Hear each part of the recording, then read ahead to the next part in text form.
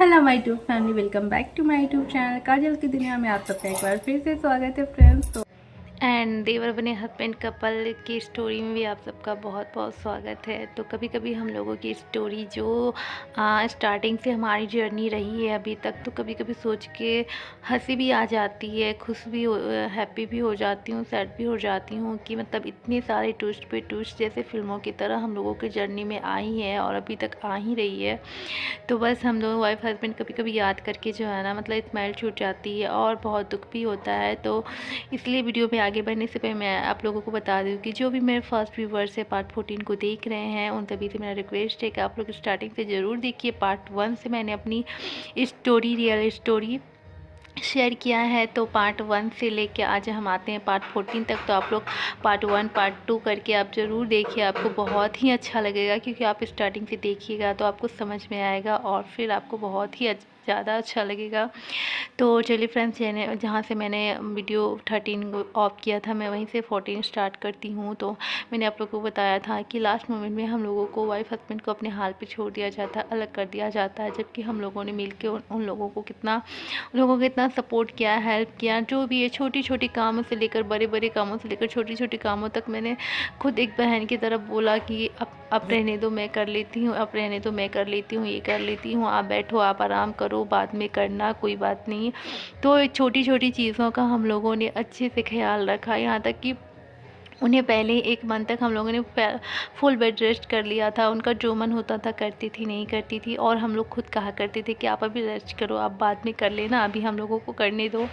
तो एटलीस्ट उस हिसाब से इंसानियत के नाते भी, फैमिली के नाते भी थोड़ा सा कम से कम उन लोगों को ये नहीं हुआ कि हम लोगों के टाइम में इन लोगों ने इतना किया, तो अभी इन लोगों का टाइम है, थोड़ा सा वीक टाइम चल रहा है, तो थोड़ा सा अभी हर चीज़ों को साइड में रख के एक जो परिवार का दायित्व होता है वो बिल्कुल भी नहीं हो पाया, और हम लोगों को तभी एक अपने हाल पे छोड़ दिया गया। और उस टाइम इतना ज़्यादा हम लोगों का फाइनेंशियल कंडीशन भी वीक था कि बहुत ज़्यादा परेशानियों का सामना करना पड़ा। एक तो मैं प्रेग्नेंट, ऊपर से मेरे हस्बैंड, बहुत ज़्यादा क्या बताएं उस टाइम हम लोगों पे क्या बीता। और मुझे अभी भी वो दिन याद है जब हम लोगों ने 2 दिन ऐसे ही भूखे प्यासे कुछ भी पानी वानी पी के, सत्तू वत्तू पी के दिन काटे, और कुछ समझ में नहीं आ रहा था, क्योंकि एक तो मेंटली इतनी ज़्यादा परेशान सब लोग थे कि कुछ भी खाने पीने का मन नहीं कर रहा था, ये क्या हो गया, कुछ समझ में नहीं आ रहा था। और मैं 8 महीने की प्रेग्नेंट होकर भी मैं 2 दिन भूखी प्यासी रही, किसी ने कोई हाल चाल तक नहीं ली। और इतना इतना बुरा मेरे साथ होगा, स्टार्टिंग से आप लोग देख सकते हो कि मैं एक अच्छे घर की, एक मेरे पापा टीचर थे, हर मतलब अभी तक मैंने इस तरह से दुख का मुंह नहीं देखा था, और अचानक से इतनी ज़्यादा मेरे लाइफ में बदलाव हो जाएंगे, इतनी जल्दी अपनी लाइफ में उतार चढ़ाव मैंने देखा कि मैं मतलब एकदम से लाइफ से परेशान हो गई, एकदम खुद को तन्हा अकेला महसूस करने लगी।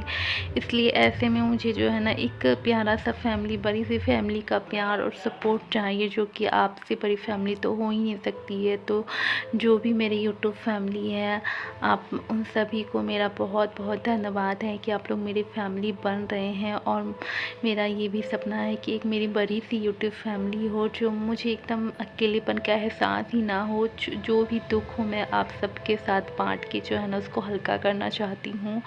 और जो भी मैंने अभी तक दुख देखे हैं ना, वो सब मैं आप लोगों के साथ बांट के जो है ना, आप लोगों को एक फैमिली मैंने मान लिया है। और जो भी मेरे फैमिली है वो प्लीज़ आप लोग दिल से ज़रूर सपोर्ट कीजिएगा, हमें आप लोगों की सपोर्ट की बहुत ज़रूरत है।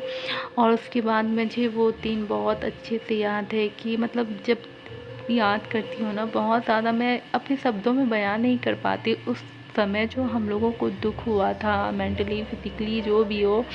तो उस चीज़ों को शब्दों से बयां करना तो मुश्किल है, बट फिर भी मैं आप लोगों को ऐसे बता रही हूँ कि बहुत ज़्यादा उस टाइम जो है ना हम लोगों को दुख हुआ, दुख बीता।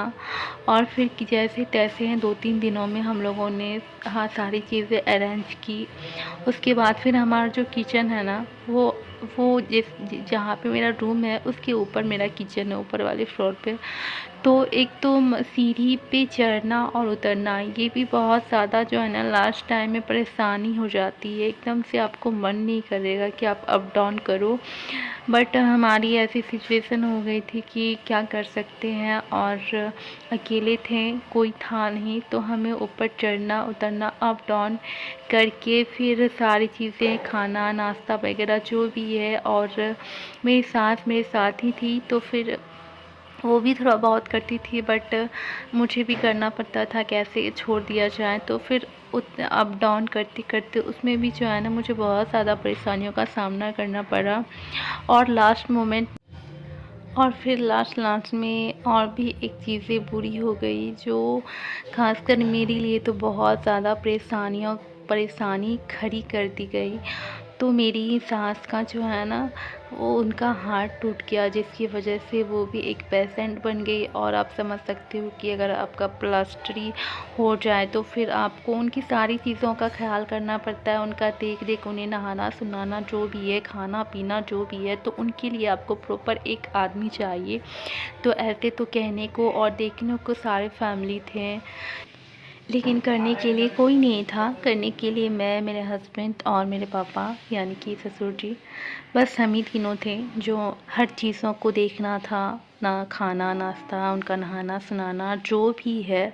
तो सारी चीज़ों का जो जिम्मेदारी है वो हम ही तीनों पे था। और फिर उन दिनों मैं खुद वैसे सिचुएशन में रह के मैंने अपनी सास को जो भी है उनका खाना वगैरह, तो मैं खुद एक पेशेंट होके मैंने अपनी सास को भी उस टाइम मुझे संभालना पड़ा। सबके रहते हुए भी मुझे खुद सारी चीज़ों अकेले ही करनी पड़ी, बिकॉज़ मेरा फ़र्ज़ था। तो मैंने अपना फ़र्ज़ किया, क्योंकि जैसे माता पिता होते हैं वैसे आपके सास ससुर भी होते हैं। तो जितना आप माता पिता का करते हो तो आपका फ़र्ज़ है कि आप सास ससुर का भी करो। तो बस मुझे जो संस्कार दिए गए थे मायके से मेरे मम्मी पापा ने, तो मैंने वो पूरा किया। लेकिन इसकी मुझे जो भी उलझनें, इतनी सारी उलझनें जो भी आई, और स्टार्टिंग से जो भी मेरी जर्नी रही और अपनों का अच्छा बुरा जो भी दिया हुआ, तो इसका इतना बुरा असर मेरे बच्चे और मेरे डिलीवरी टाइम में पड़ेगा मैंने कभी नहीं सोचा था। तो इसका सीधा असर मेरे डिलीवरी टाइम में क्या हुआ, आप लोग ये नेक्स्ट पार्ट में जानने मिलेगा। तभी के लिए बाय।